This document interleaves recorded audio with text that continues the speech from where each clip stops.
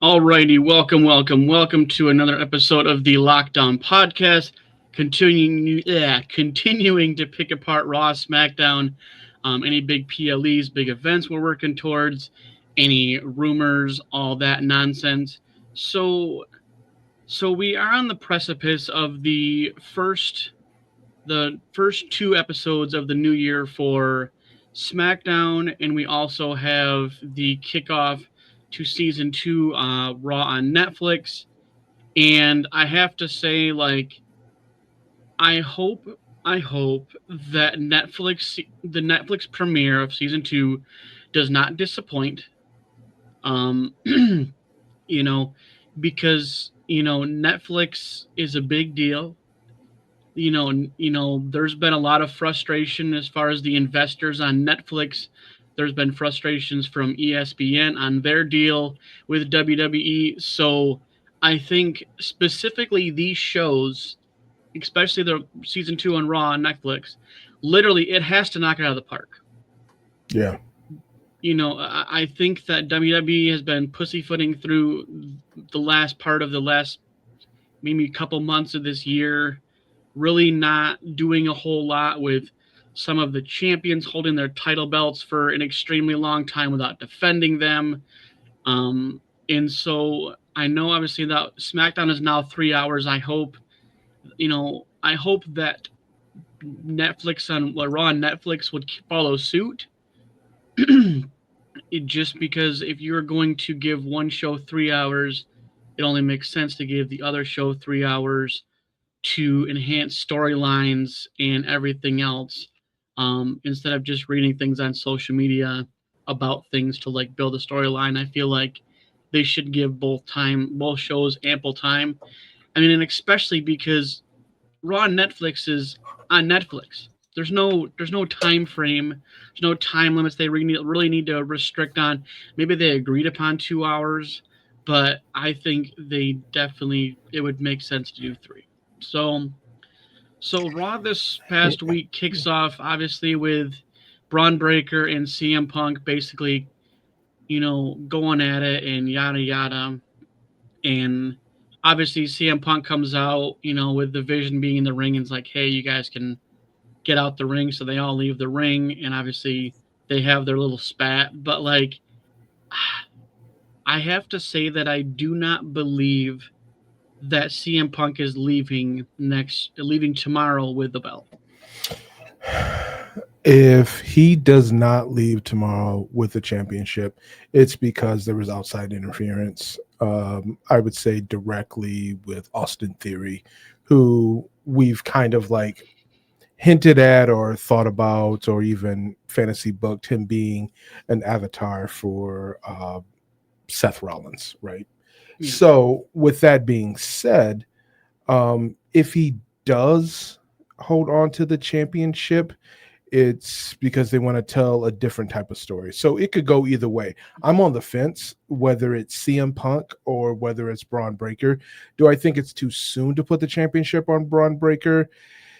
The way they've played with LA Knight, I would say yes, but Braun Breaker is also younger than LA Knight. So I could I could easily see them going either way with that. Yeah. Either way. Either way. Yeah. And I mean, I think that, again, they pulled the trigger too fast on revealing the mask character. They did not give any time to let everybody really just wonder who it was. Mm-hmm. And the sad thing is most people already picked out who it was. They predicted it before. So like it really downplayed the whole surprise of it. Like, yes, Austin Theory looks different. Yes, Austin Theory is using Seth Rollins' curb stop move as a finisher. I get all of that, but like it shouldn't have been Austin Theory. One, they should have it should have been like it should have been a surprising return, not someone just that's been gone and already on the roster, or at You least know, on the I viewable I roster. disagree. I disagree. I think Austin Theory, unlike most, has probably had the one of the more up and down careers. since he was brought in. Mhm. You started under Vince McMahon, then everything went south with Vince McMahon. He was floundering, first it was a United States championship, then it was the pairing with Grayson Waller to try to get over Grayson Waller. And in between that time, he actually went back down to NXT, did some stuff with DIY, calling themselves the Way, et cetera, came back up. He's had a couple of behavioral issues, I think, at one particular time, or professional issues, not just behavioral, but professional issues. So him to join up with this, I think it kind of gives him like another reboot, which he That is makes sense. someone that could really benefit from that. And I do see within 5 years him being a world champion of some sort, or at least being Yeah. in that picture. I think Braun Breaker will be more so in that picture. I think Bronson Reed should be more in that picture. But if it's not him, they're going to do that stuff with Logan Paul. So I'd rather it be Austin Theory all Yeah. day, every day, Yeah. than Logan Paul or Logan Paul. Yeah. Anybody named Paul, I don't Yeah. want it. Right. So Yeah, I mean that makes sense.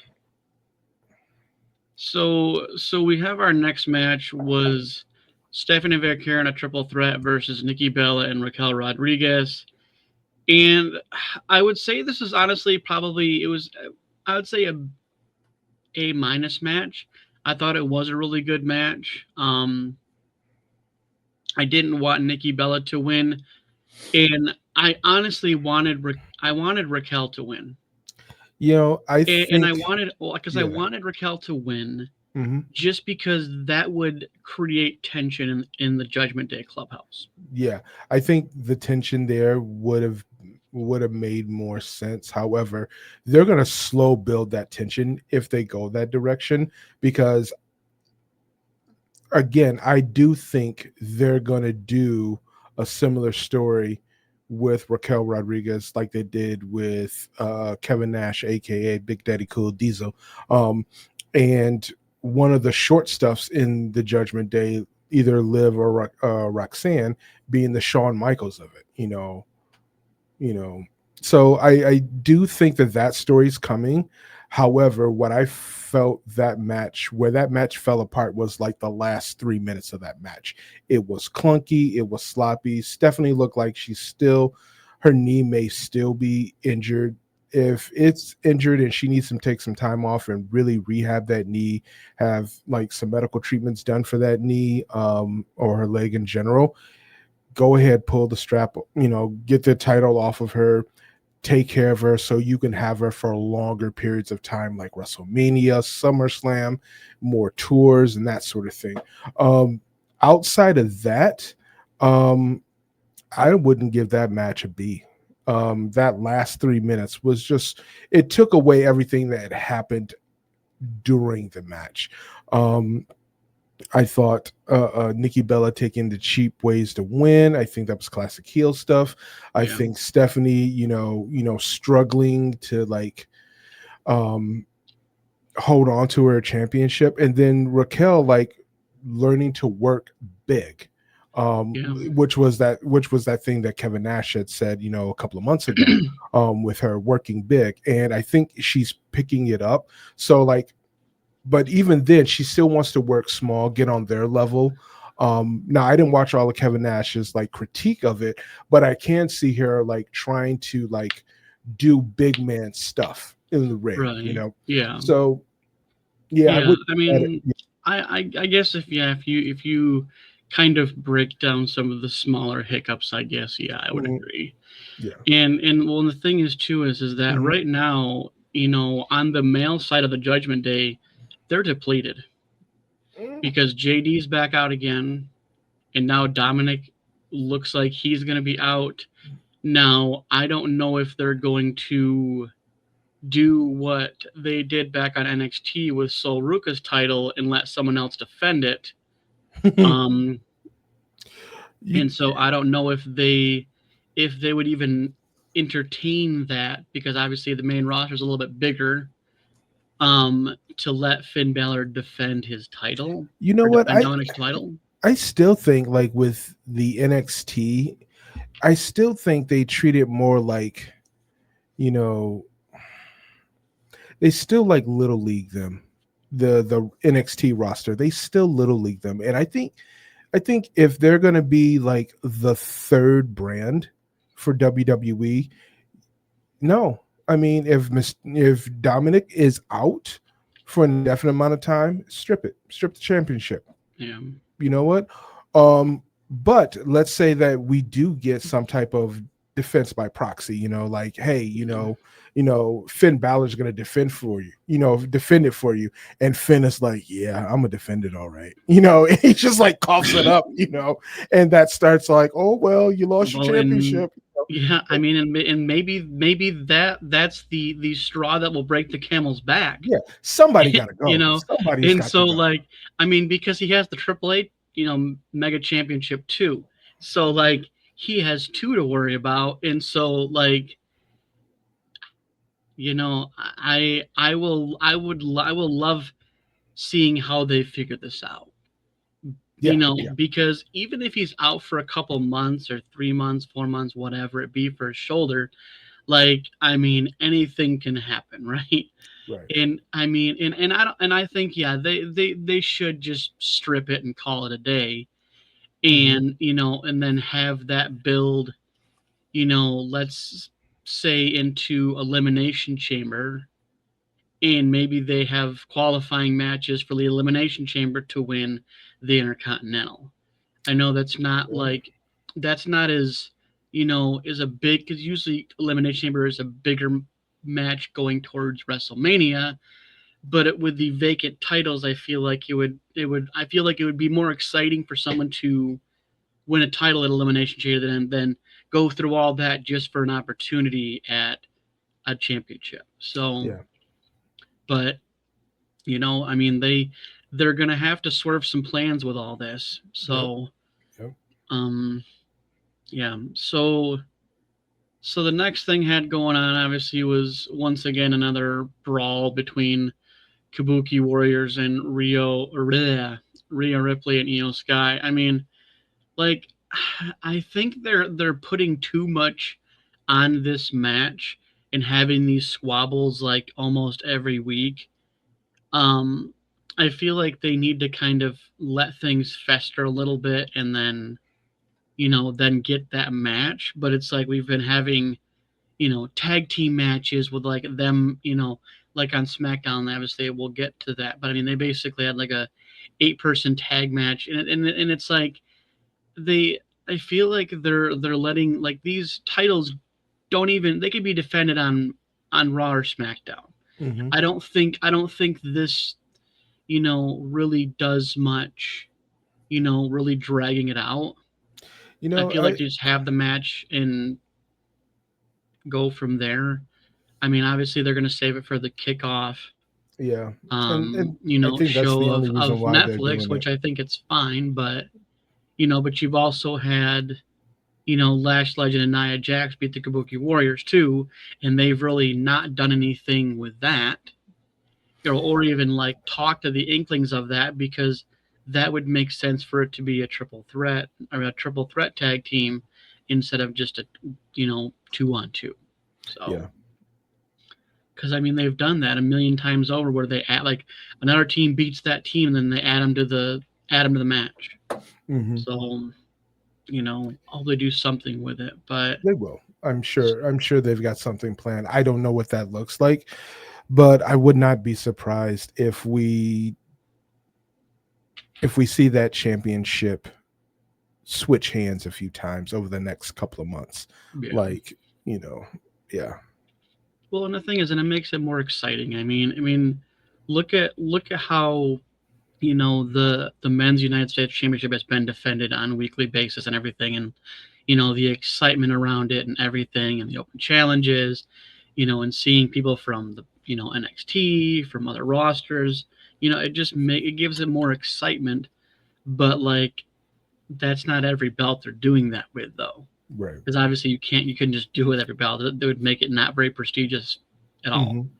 But So we had the nonsense, between R-Truth and Gunther. I believe it was that night or it was like the last week. Yeah. But obviously we get Gunther versus R-Truth, and you know what? We love R-Truth. He is a WWE gem, a diamond in the rough.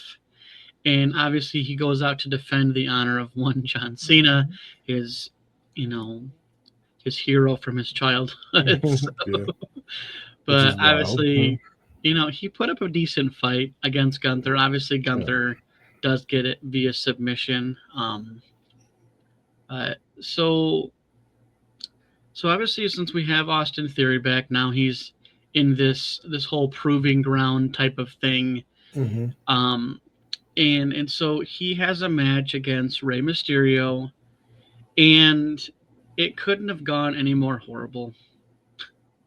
Um, I don't I if you were going to put him over, like have him win the match and assert his dominance as opposed to, people getting involved once again and Yeah. then, Austin Theory loses via disqualification. And so Right. like I feel like they're gonna put him over like they want him to. I don't think, you know, the getting involved thing was unnecessary. Yeah, I think he could have lost on his own. That could have been a thing. Yeah. That could have built more tension, but it wouldn't have made Penta returning to help out look that much more dramatic. I Right. mean, obviously Yeah. it's a recipe, right? Do the heel things. I blame the disdain for that finish more so on the disdain for Logan Paul as opposed to Austin Theory, you know, and Rey Mysterio, that match, being a little iffy. Like, Yeah. I think a clean win, like you were saying, for Austin Theory to like solidify him as, you know, being a part of the vision without Logan Paul would have been fine. Then Logan Paul comes in. We could have still had the same run in. I think that finish could have been different. Like, yeah, I agree. The finish could have been different. We didn't need the Logan Yeah, Paul and shenanigan. and and obviously, like you said, it was obviously the lead up to seeing the return of Penta, which obviously is good for everyone. But yeah, it's tough because I've talked for pretty much the length of this podcast in when it comes to believability, and when you have certain storylines and certain things happen, you're like, like I don't really truly believe that you're pushing this person or this man or woman, as something of this caliber, and yet we're getting this caliber, and it's in because it's the same thing like you said with Raquel Rodriguez, right? Is that like Hmm.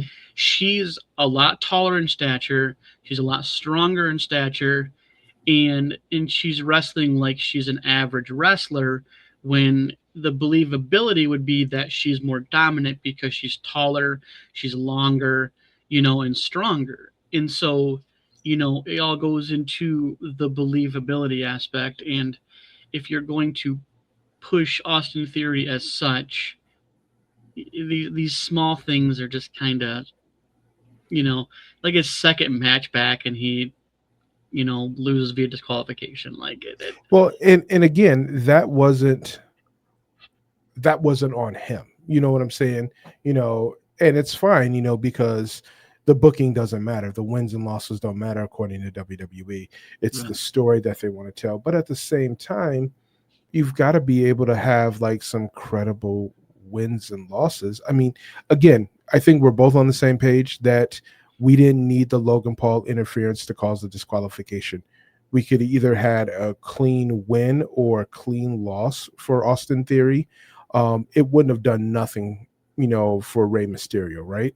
Yeah. Matter of fact, the loss for Rey, and the braggadocious nature and all that from the heels, and then they get to like doing the beatdown, classic beatdown, that probably would have made it even more dramatic, Right. for Penta to show up, instead of jump, yeah, we More or didn't less, we didn't need it. I mean, more or less, Rey Mysterio could have got beat, and then everybody else comes in after the match and starts beating him up, and then we get that.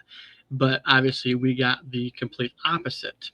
So, Right, which um, was not necessary. so, so we have the next bit was basically Maxine Dupree, and Becky Lynch, and this story, honestly, this gives me like I would say a B grade of believability because Maxine Dupree has absolutely shined. She can compete with the best of them. I know she was, very, fragile as they played her character. They really didn't have her do a whole ton. She was just kind of background. And now that we finally got to see her, go in there and perform, like you wouldn't have known that. You wouldn't have thought that 3 months ago that this is where Maxine Dupree would be. I mean, she got a couple of goofy wins over Becky, and it was, like I think it was a count out and something else or whatever. And so like they weren't believable. But then when you see her actually have her actual match, it's very believable. And and so obviously we're going to get Becky Lynch versus Maxine Dupree at the kickoff for Raw on Netflix season 2. And so I hope Maxine wins. And I honestly like I want her to continue this momentum. I don't want her to be a flash in the pan, Mhm. and obviously there's been inklings of Becky being pregnant. So like obviously it really doesn't make much sense for her to hold the title and then just to give it back. Well, if Becky's pregnant and the office knows, and it's something that she wants to do or whatever have you, um, it'll show in the match. It'll be she'll be really protected. Um, that's just what it is. Matter of fact, they might not even let it happen. So if she was pregnant, this match would have got pulled because we saw what they did with Naomi. Yeah. So if anything, it's the body fluctuating, putting on, it's winter Yeah. time, Well, and they're traveling. I mean, no matter how good you eat, you're gonna have some carbs on these road trips in the wintertime. So I would just chalk it up to, just nature. It's just yeah, I nature. mean, Yeah. well, I mean, but they've also been saying that like, she's not wearing as many like, of the shortened tops where it shows her abdomen or stomach. And honestly, like Don't. that could just be all just clickbaiting and troping on Yep. us. But like, you Exactly. But at the same time, know, her husband, she's wearing her husband's gear because he can't show it on TV himself. You know, that big old red uh, coat. I know he's got the boots to go with him, those and red he's like, boots, those red Astro Boy those boots. dude, Yeah, those he's like, boots look like the boots from Dora the Explorer when yep. Boots wears. Shoot, you know what? But yeah, Yeah. yeah, So maybe we're, I, we're you just know we're what? just getting a Seth Rollins fashion show. Yep. That's it. That's it. And so what if she's not wearing crop tops? You know what? No one had anything to say when Shayna Baszler, her entire career, she wasn't wearing that shit. So Yeah. why is it because of Becky? Because y'all find Becky like really attractive.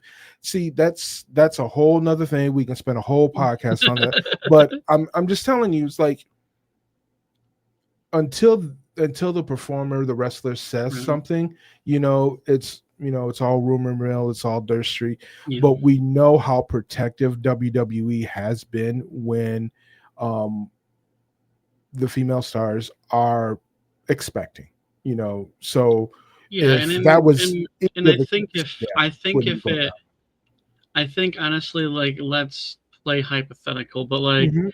if they let's say that she is right, and let's Right. say maybe she refuses to tap out to a ankle lock, and then she just gets written off, and then then she reveals it later down the road or something. I don't know.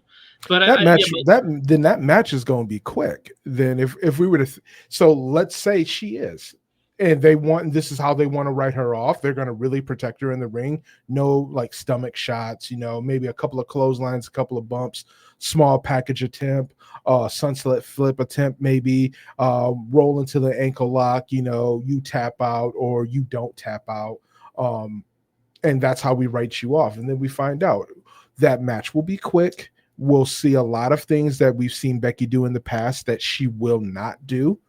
We'll see, Maxine Dupree be a bit awkward in the ring, trying to protect her because,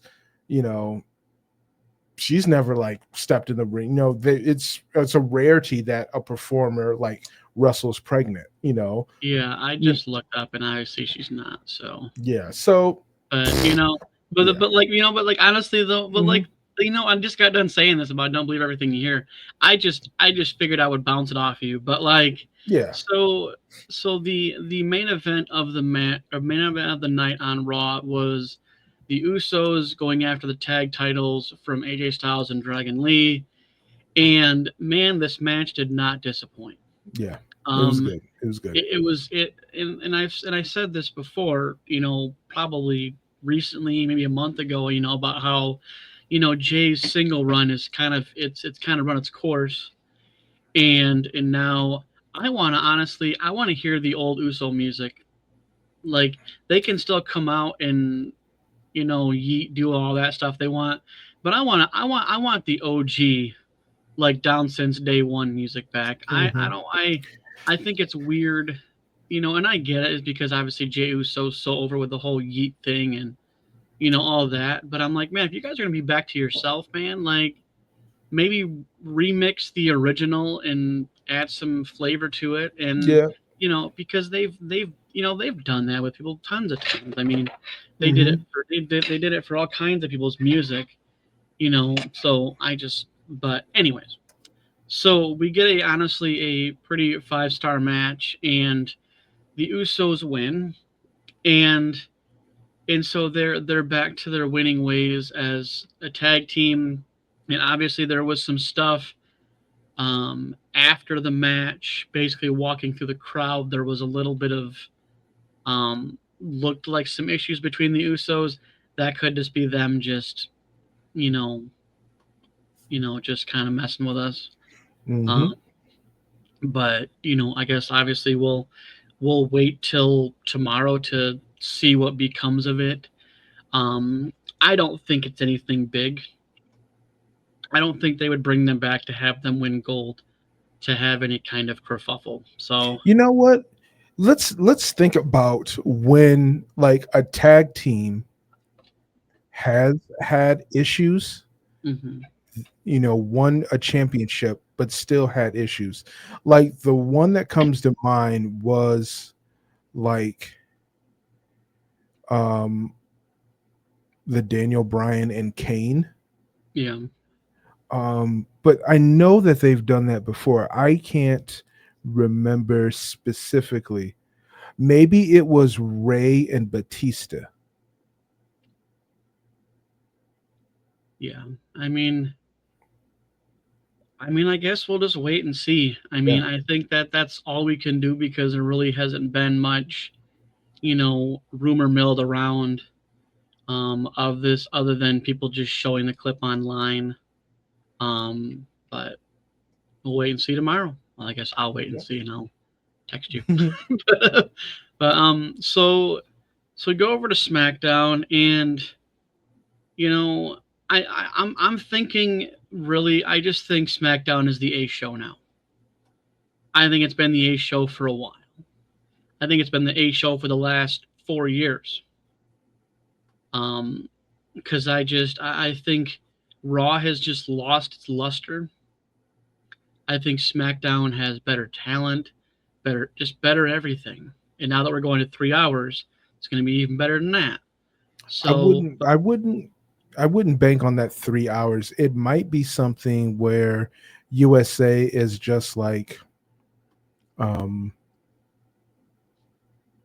yeah, they're just allowing for a short time, allowing the 3 hours because it's the holiday season or, something like that.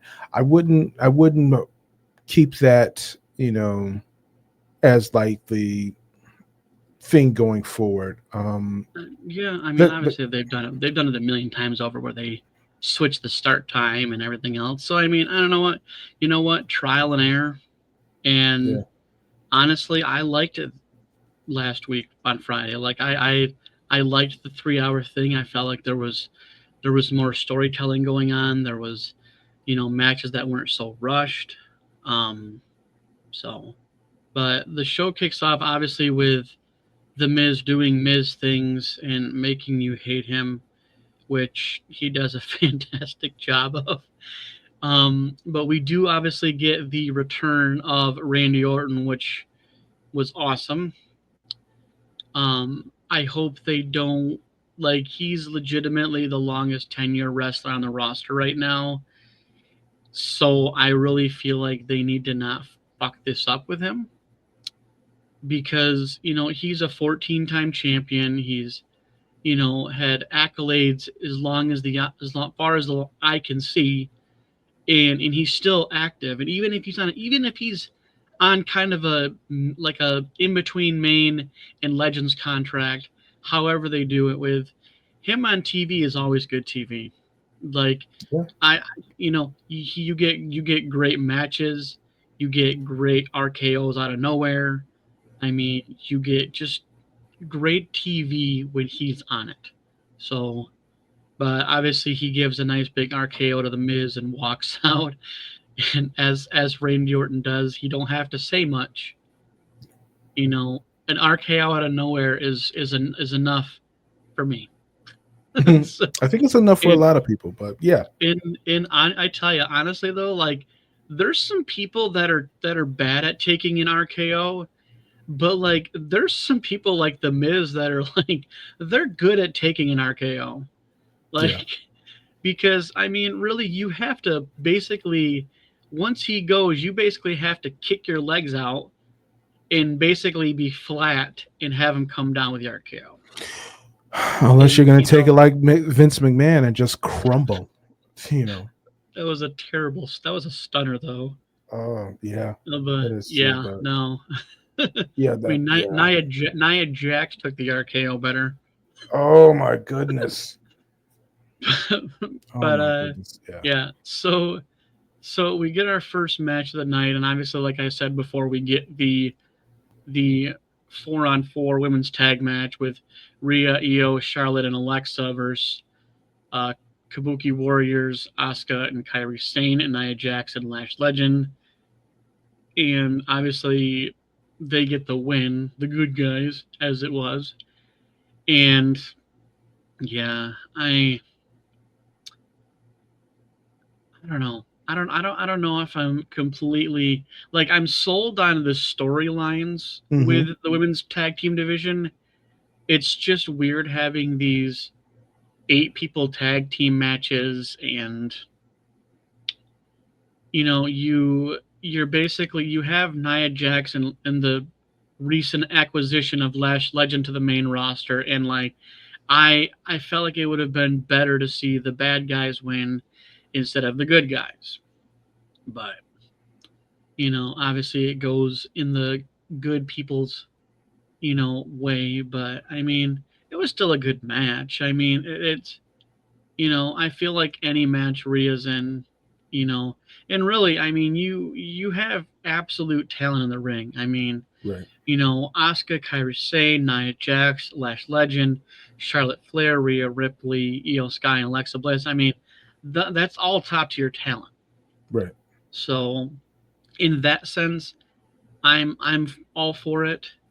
It's just I'm kind of sick of seeing 8 people tag matches, and I just want to see OG tag matches. But so so Kit Wilson the week prior basically talked about wanting a match, and he gets his match last week, and we get the entrance that we all wanted to get, and that was so it started off with the Zack Ryder like intro music, but then it all of a sudden like went down and dropped to the Matt Cardona music, which I like Matt Cardona. I don't like Zack Ryder. I know they're the same person, but they're different characters. Right. Matt Cardona is literally a future champion, period. He's been a Because champion everywhere he's went. yeah, Everywhere he's went, he's been a yeah. champion. And so Matt Cardona, like that character, is way more brutal. And if you really want to dig into it, go search some indie matches with Matt Cardona, right? Yeah.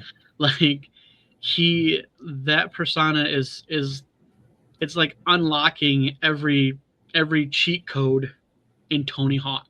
Yeah. Like he there's nothing he won't do or can't do when it comes to brutality in matches. And so Yeah, yeah. He definitely found his niche when he was out of the WWE. And he even went on record by saying, WWE was my developmental, for how successful he was. mhm. From whether it was the death match, or it was just trolling the hell out of everybody at indie shows. He just really pushed himself to be the absolute best Matt Cardona he could be, while taking a lot of the things that he learned in WWE and Yeah. creating this larger than life persona. Right. And he And did a fantastic job with it. I think this honestly to me is a paralleled path that Cody Rhodes took. Only, And I think the difference between Cody Rhodes being on the indies and Matt Cardona on the indies, Cody Rhodes got help, and he got a lot of help from some of the people that were already on the indies that were left behind when WWE poached ROH. Right. So and he got a lot of help, with that. Yeah. With Matt, I think he really built himself up. Yeah. He took the bookings. He was he carried himself really professional. He helped out where he could. He appeared to be unselfish and Yeah. really pushing a lot of people. He did a lot of intergender matches. He did some death matches. He Well, and he just did a lot of things that that really helped him, including like restarting his stuff with some former friends from WWE. I just think, although they both were released, I think Cody was protected and coddled, and Matt was just left unleashed. and Well, he succeeded. And I mean, I wasn't like, I was saying more of like, the concept of reinventing yourself and coming back to WWE better than when you were there. Like obviously they both had completely different journeys after WWE, but I think it took that journey to get them to better reinvent themselves. And then when they come to back to WWE, they are completely changed. Cody had, all the backing. He had the AEW stuff. He had, he had all of that to piggyback off. But like at the end of the day, you still have to be able to present a character that is, a lot better than what you were. And because obviously Cody was a gimmick character, Zack Ryder was a gimmick character, and yeah, I mean, I would say honestly, yeah, obviously Matt Cardona definitely had a longer road back to the WWE. I wonder how much effort it would have taken for Cody Rhodes to get back to WWE if he was not Dusty Rhodes' kid. And I think that plays a huge part in Cody Rhodes being, kind of positioned to come back. He was leaving AEW. He was not happy there. And he was just gonna go on his own way, mutually parted ways, whatever have you with Like, AEW. would he have been as sought after if he wasn't? Right. If he wasn't And if he wasn't Dusty's kid, and would he have been? Would it have been longer? Would he have gotten the 2-year run that he got when he came back? Would yeah, because it was about finishing the story, which was what had to do with his dad. right? Otherwise, yeah, I don't think he would have. I No. honestly don't. I don't see, and I don't mean to downplay his talent, Mhm. his abilities, and everything else. It's just some people get different rubs than others. I Yeah. mean, that's Charlotte Flair in a nutshell. Yeah. That's pretty much any, most people in the Samoan dynasty. That's just how it is. Right. And it's Yeah. unfortunate, but I mean, there was nothing else you can do about it. I mean, Charlotte didn't pick her dad, and Yeah. obviously, like, she worked her way up from the bottom, Yeah. regardless of, how she's presented on the main roster. I mean, she still went through all the developmental stuff, just like everybody else.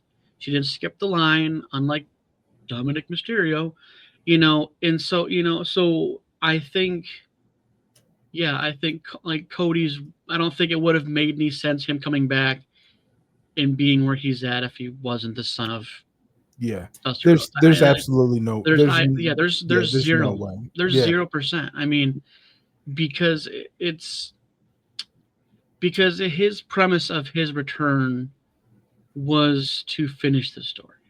Right. And I and yeah. if there was no story, there would have been nothing there.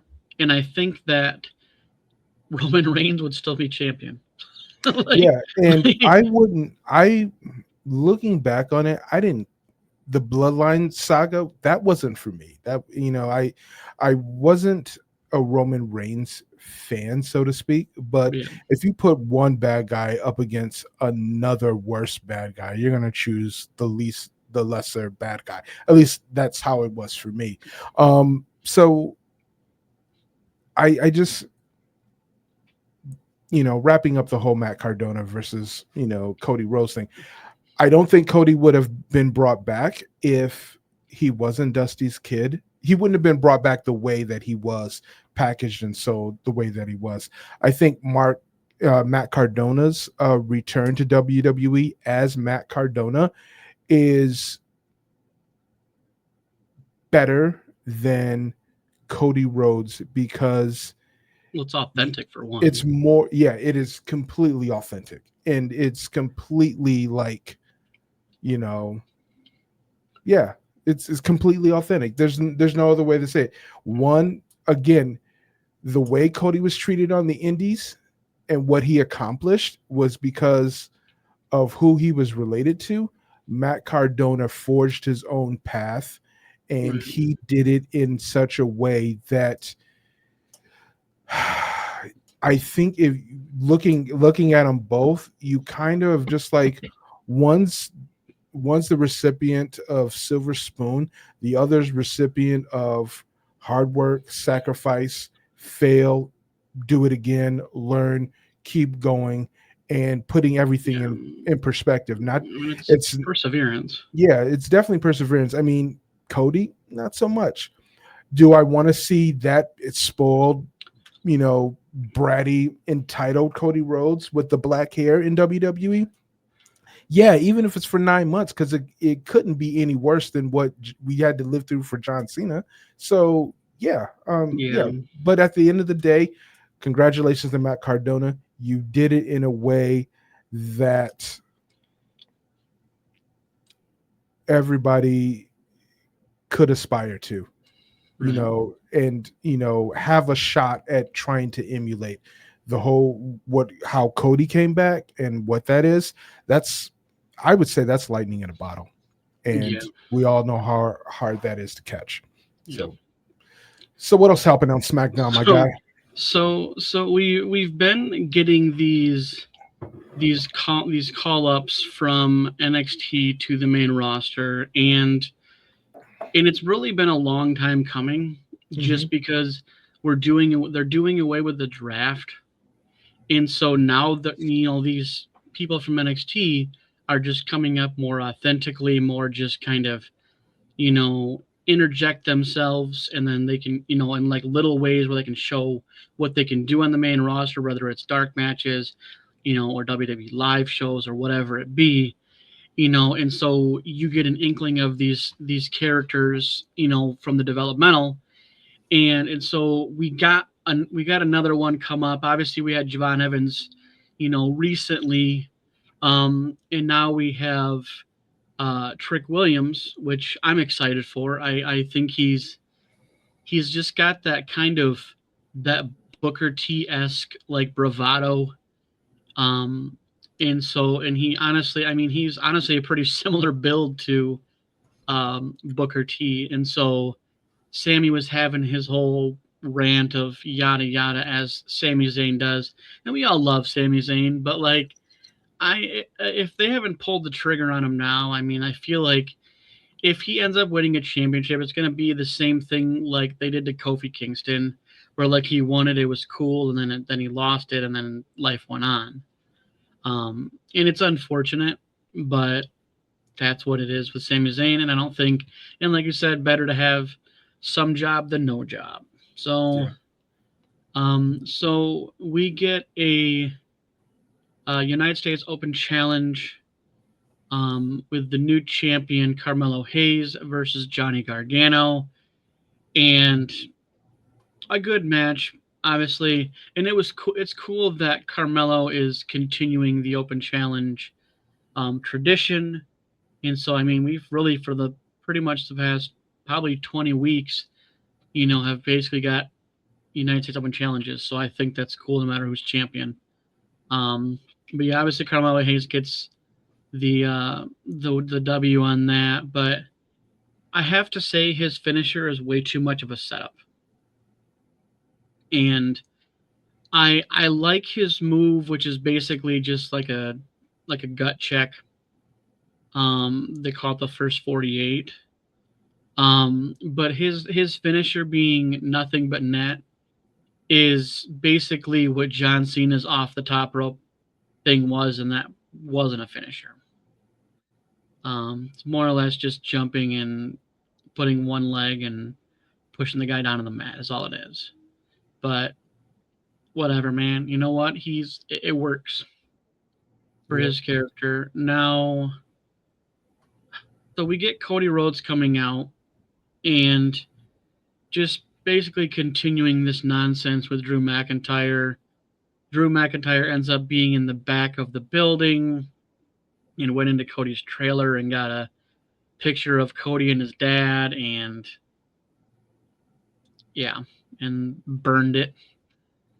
But I don't like this build thing where like Drew McIntyre can do whatever he wants and Cody can't do anything, and this whole don't touch Drew McIntyre, and I think that's just another WWE recipe. Because this is why I say these things are stupid, is because when they have their match, it's literally going to be the same thing that they do for every title match. So it's going to be him sitting on one side of the ring, him on the other side of the ring, referee holding the title up, and then hand the title off, ring the bell, and then they fight. But if they so why would he be keeping his cool? Like, like if it happens the traditional way, that makes the story worse.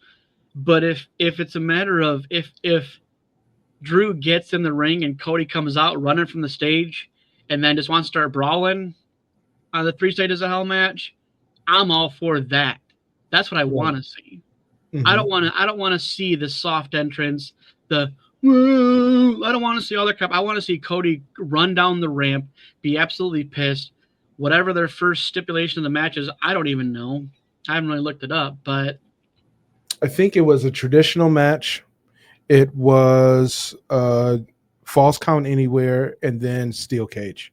I think that is the order, which I think Drew gets the first one. and then Cody gets the last two. But they said there was something at a WWE live show where they had a cage match. Yeah, yeah. I'm pretty sure like during the Christmas, like Like, know. so I hate when they do this. I hate when Well, they. how else are they supposed to practice for the live taping? I mean, but the thing is, but they're still doing it, and obviously it's only really for the fans in attendance. But I want this match to absolutely explode when it happens. I don't want to have any pre hoopla. I just want them to go straight into it when it's actual match time. You Um, know, I kind of disagree with that. And here's where I kind of disagree with that. On the one hand, they've got to get in actual ring time. They've got to see what crowds are going to do.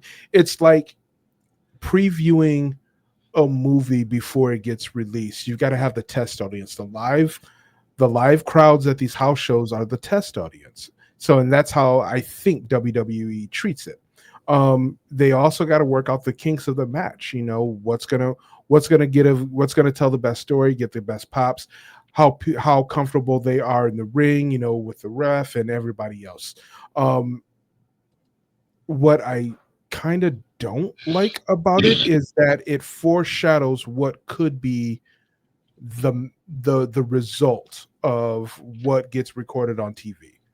And that's what I don't like.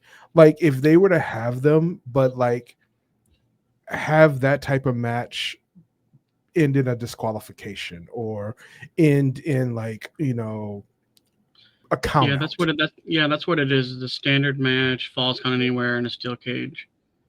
I would rather see because that's literally the premise of some of the other Three Stages of Hell match. Mm-hmm. I would rather see I would rather see a street fight. I would rather see a falls count anywhere. I want to see Gru like this. Literally makes me believe that this match is going to be 35 minutes tops.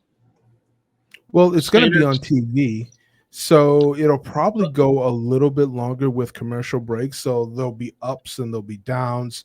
So for TV time, you know, just like a football game, it's not, a football game was supposed to go all the way through, but they have the TV break. So, that's I what makes just it, go it longer. just doesn't do it for me.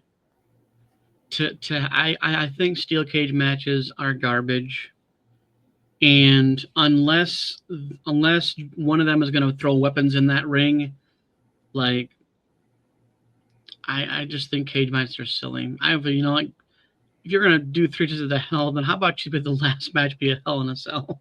like, but it's like I it's on TV, so it's like you're gonna limit what they can do.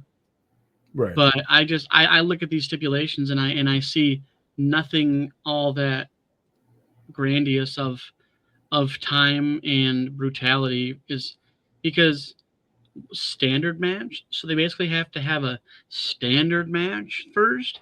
This is a brutal thing that they've been plugging away at for So months and months. during the promo, I think Drew mentioned something like, "I got to know if I can beat you, just straight up beat you." That sort of thing. So having just a regular as just match, I think makes sense to the story because Cody will probably do something to get disqualified, which will give Drew that first one. I guarantee you that's probably what's going to happen. Like Cody will get all this pent up emotion. He'll low blow him in front of the ref or, hit him with a chair or something during that first match and he'll lose. And that'll give Drew the advantage for the other two matches because Drew would only have to win one. Cody would have to win the two. Yeah. So, it's, I think if I had to try to unravel why those three were chosen, that's the reason why. Set him up for failure so he can get the first one. So the baby face has to come dig himself out of a hole, calm down, and now focus on winning, the other two matches, Yeah. So, Yeah. I So I mean, I guess we'll yeah. just Should we like have we'll play the wait and see game, I yeah. guess. But Should we have like a gentleman's wager on if Drew wins the first one because of a disqualification?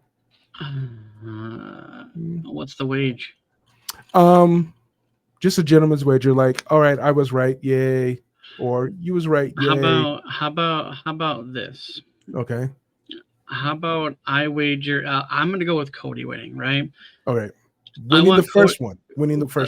Oh, are we going 1, 2, 3? No, like how it starts off, like because what I want to see is how we as the podcast are like starting to like understand like the nuances of the recipes that WWE uses. So let's just take like the three stages of hell match.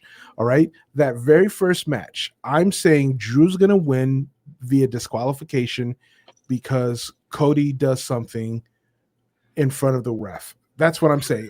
Cody gives up the first one. I honestly, if we're gonna go with like breaking it down further, then I would honestly say, I say Drew wins that thing clean. I don't think there's a disqualification. Okay. Number 2, Cody's gonna win that. All right. I say who won number 2.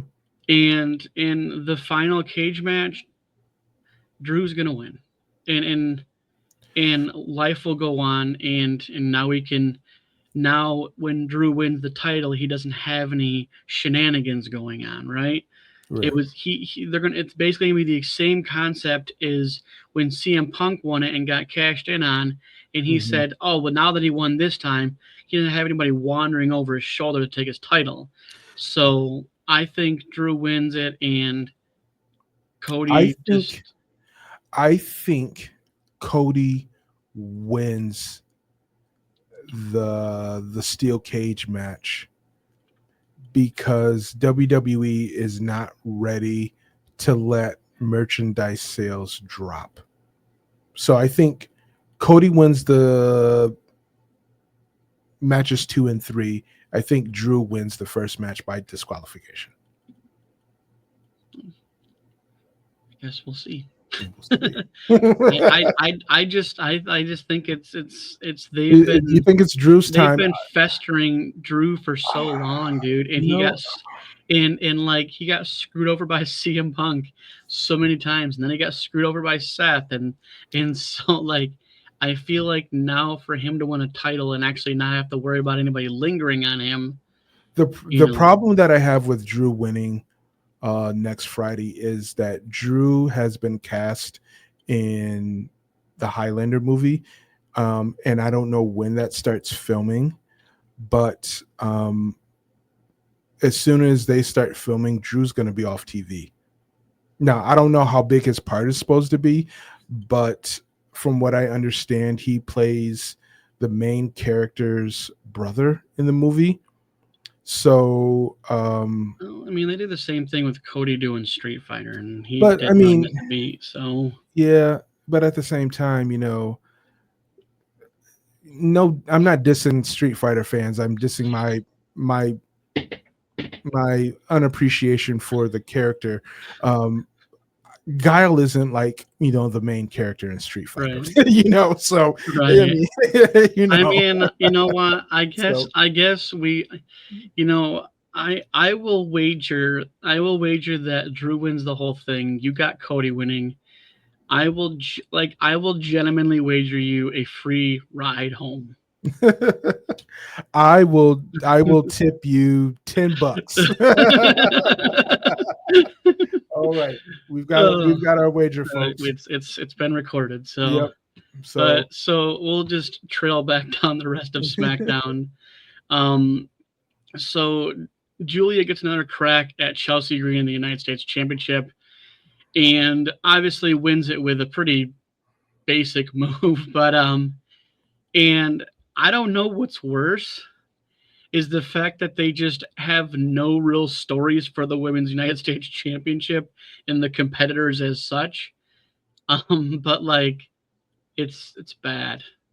Like that's the thing is what's crazy is the United States is an absolutely dud championship, but the women's intercontinental is 5 star.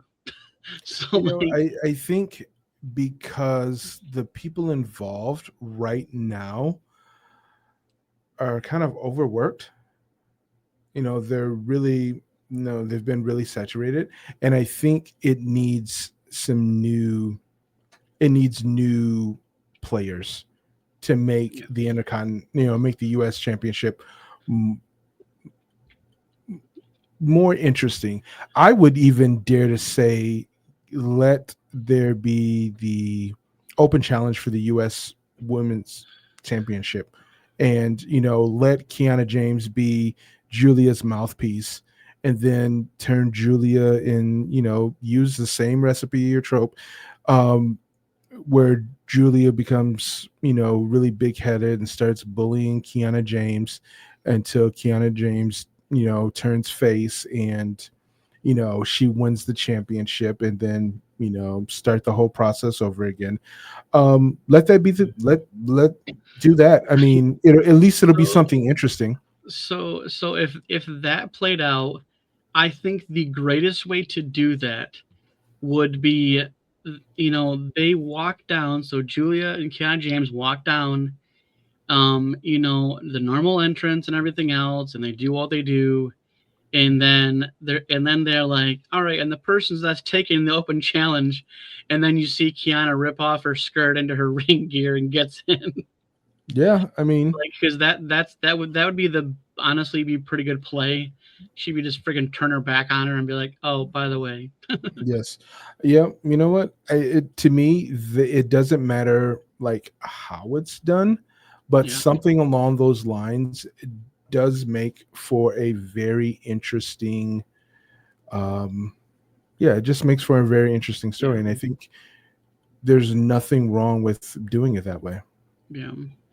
So the final match of the night was an ambulance match between Damian Priest and Aleister Black. And again, this match did not disappoint. Um, it got plenty of time. It was over 20 minutes, I think somewhere near like 25-minute match, which I think, for being only a one-step match, there was just a lot to this match, and I loved that you had the small part where, Zelina was getting involved, and she goes to open the door, and here comes out Rhea Ripley. So I still love the Terror Twins aspect, no matter how much they use it. There's just great chemistry and camaraderie between Hmm. Damien and Rhea, and Yeah, it's something you can't just fabricate. It's yeah, very it's very genuine, genuine. Yep, yep, I agree. because I mean they're basically two sides of the same coin. I mean, they both like the same kind of music. They all both got tattoos. They both are kind of into like darker characters and everything like that. And so like, Terror Twins is the best possible name you could come up with for those two. It's not But a yeah, bad name. no. And so obviously after all it's said and done, obviously Damian Priest gets the win. But I mean, good match. I mean, Yeah, a good clean ambulance match, if you as it were. So yeah. um so so next week, or I guess technically this week, so we have the Netflix launch of season 2. And we only have a handful of matches listed right now. Obviously, one being CM Punk versus Braun Breaker. We have Rhea and Io Sky versus Asuka and Kairi Sane. Becky Lynch versus Maxine Dupree. And some random filler of Liv Morgan versus Lyra Valkyria. And like I said in the beginning, they can't flop on a season 2 premiere. And that, like, you just can't. So like, I don't really think these matches are all that great. Hmm. um I like, obviously you have 3 of them being championship matches, 2 of those 3 being women's, and I got nothing wrong. I have nothing against having women's matches. It's just like when you only have essentially the headline match, and then I mean I would assume they're gonna have one match that's gonna be built throughout the night as they do. Um, but I mean this doesn't blow my mind. The Is card doesn't blow your mind. Yeah, no. I now obviously there's a million things that could go on being the season 2 premiere. Things that are unknown at this juncture until the event. So I think there's going to be a lot of those, you know, holy shit moments from the crowd.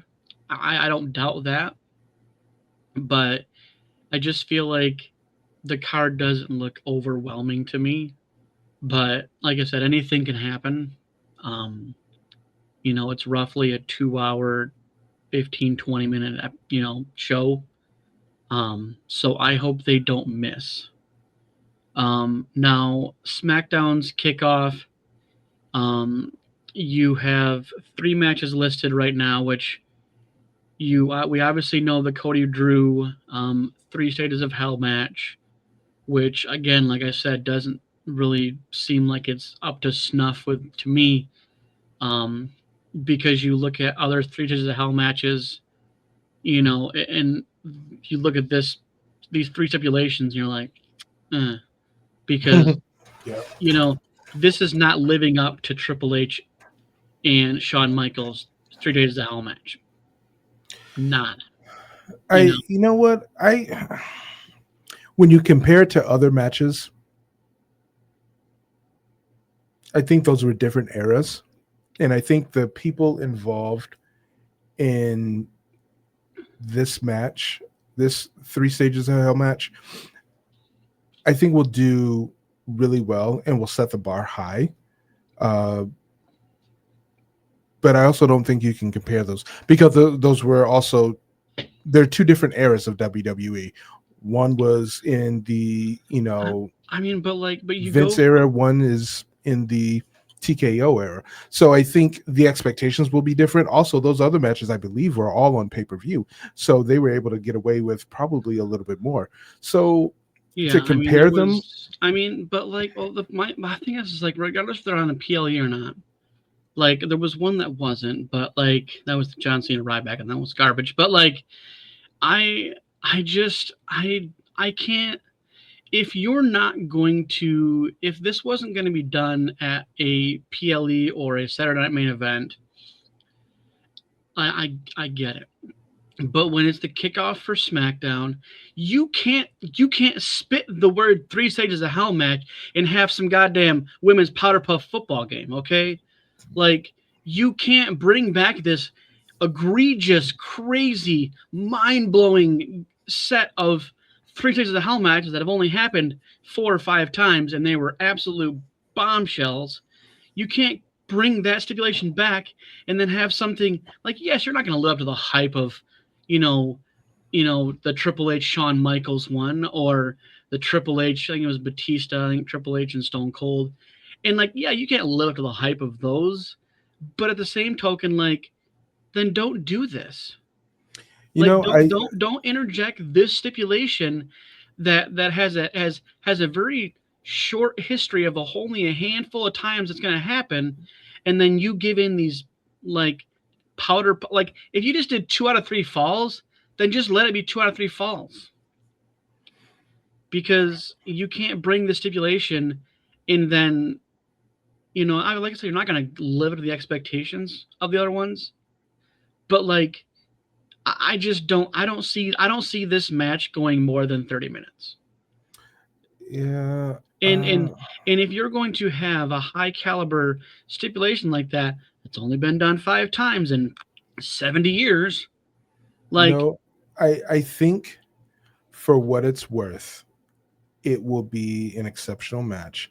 Cody can wrestle, Drew can wrestle. The ref will add that little icing on the cake for the performance. I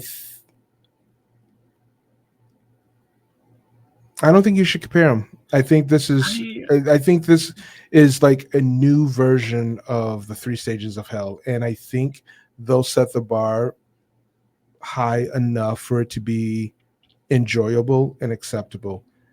There will be like older fans, longtime fans, that will be like, I don't know, bro, but that was a completely different era. The vibe was yeah different. yeah. Your attention spans were different. I mean, yeah, I'm my thing is I'm just saying is that like you know you look at the history of this match and yes you can't compare generation to generation. That's like the same comparison with LeBron and Michael Jordan. But like the problem for me is that like the stipulations they have. So one is traditional, which has obviously happened before. That's fine. But like a false cut anywhere is, I mean, that's okay, I guess. But and then the cage match. I mean, the cage match is such a dud match. Like I mean, I I I we've had some good over the last couple of years. There's been some very interesting and very I entertaining like just cage I matches. just think of this caliber of a three stages of hell match. I just feel like they could bring more to the table. But I don't know. I mean, like you know what? And maybe I'll like it and I'll be fine with it. I guess we'll see how I feel next week. But Yeah. I'm just not feeling it. And you know I'm occasionally surprised. I mean I'm not a freaking dope head. Like I know when I see good wrestling, and maybe it will be. Maybe it'll be more gruesome than I'm anticipating, which I hope it is. But I'm also prepared to accept if it was a dud. But you know, we'll wait and see, Yep. and that's what we do. Yep. So we will put a pin in this, and we will be back next week. Hopefully, Tim is done with his sickness. He is definitely done with his sickness. Oh wow! But and so we will see you guys next week for more chaos. This is the Lockdown Podcast. Peace.